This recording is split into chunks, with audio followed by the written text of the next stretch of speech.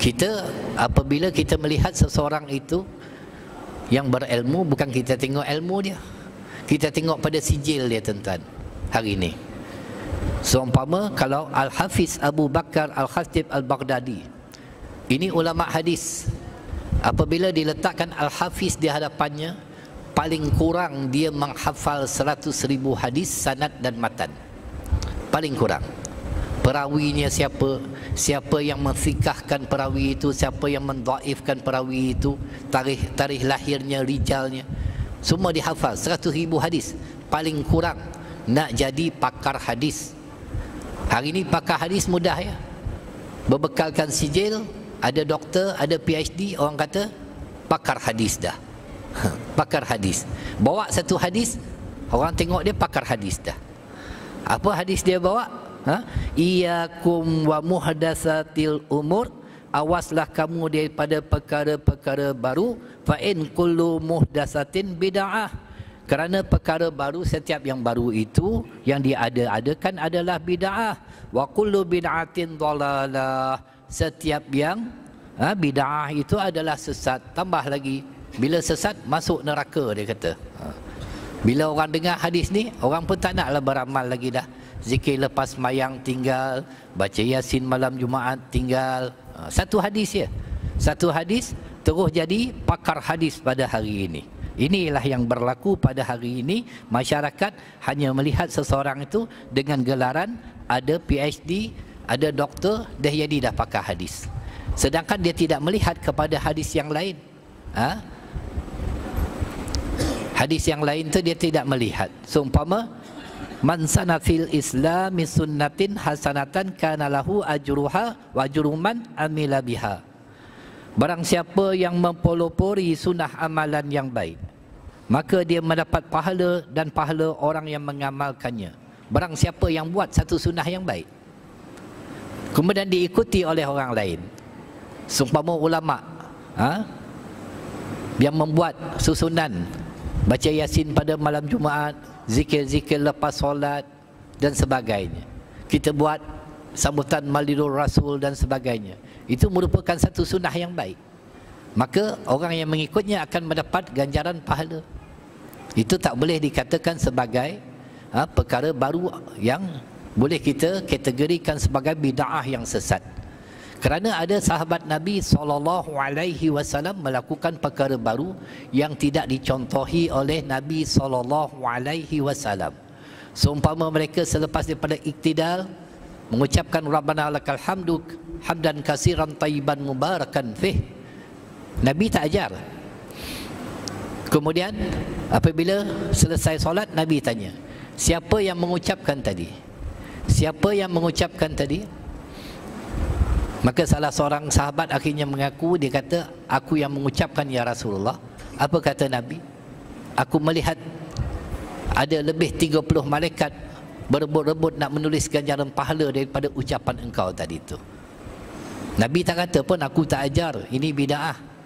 Begitu juga ada sahabat ketika membaca doa iftitah. Doa iftitah kalau mengikut hadis, Nabi membaca wajjahtu wajhi lillazi fataras samawati wal arda hanifan muslima wa minal musyrikin.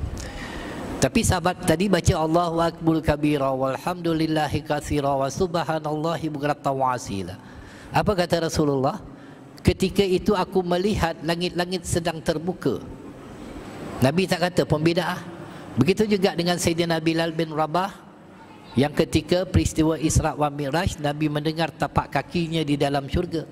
Apabila Nabi turun ke bumi, Nabi tanya kepada Sayyidina Bilal, apakah amalan yang dilakukannya itu? Maka Sayyidina Bilal bin Rabah radhiyallahu ta'ala mengatakan, dia melazimkan solat sunat wuduk setiap kali lepas wuduk. Nabi tak ajar pun, Nabi tak kata pun perkara ni aku tak buat, perkara ini bid'ah. Ini yang berlaku pada hari ini. Orang dia ambil seseorang itu sebab nak melepaskan dirinya, tanggungannya daripada melakukan amal-amal yang soleh, amal-amal yang telah disepakati oleh para ulama yang ianya baik dan sepatutnya diamalkan. Sampai bergaduh. Kisah suami isteri. Seorang suami dia suka Tiap-tiap malam Jumaat pergi surau baca Yasin. Isteri pula belajar pula dengan ustaz-ustaz yang membida'ahkan orang ni, mensyirikkan orang tabaruk, mensyirikkan orang tawasul, bida'ahkan orang yang buat amalan-amalan yang baik, seumpama baca Yasin malam Jumaat, zikir, ataupun sapu muka selepas salam. Sapu muka lepas salam disebut dalam kitab Muniatul Musalli oleh Syekh Daud Al-Fatani, sunat untuk dilakukan. Tak nak laku pun tak kisah, tak boleh kita hukum sebagai ia perkara yang mungkar ataupun bid'ah. Maka bergaduh suami isteri. Isteri belajar dengan ustaz-ustaz yang suka membid'ahkan orang. Suami lah suka pergi surau baca Yasin. Satu hari, hari Rabu petang, bersembang suami isteri. Isteri tanya kepada suami dia, "Bang, malam besok malam apa bang?" Suami dia jawab, "Malam besok malam Jumaat." "Kenapa?" "Saya tengok abang ni tiap-tiap malam Jumaat pergi surau baca Yasin." "Apa salahnya?" kata suami. "Memanglah tak salah bang, tapi itu perkara baru yang Nabi tak pernah buat, malam Jumaat baca surah Yasin.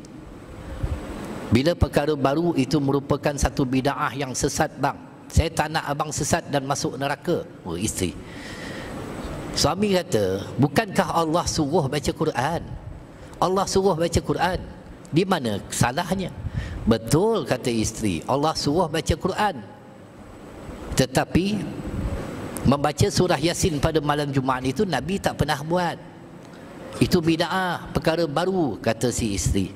Bergaduh. Akhirnya isteri tidur dalam bilik, suami tidur dekat ruang tamu. Besok suami pergi kerja, isteri tak tahu ke mana. Petang tu suami dia balik, panggil isteri dia. Dia panggil isterinya. Isterinya menghadap suaminya, dia kata, "Abang sekarang dah bertaubat dah.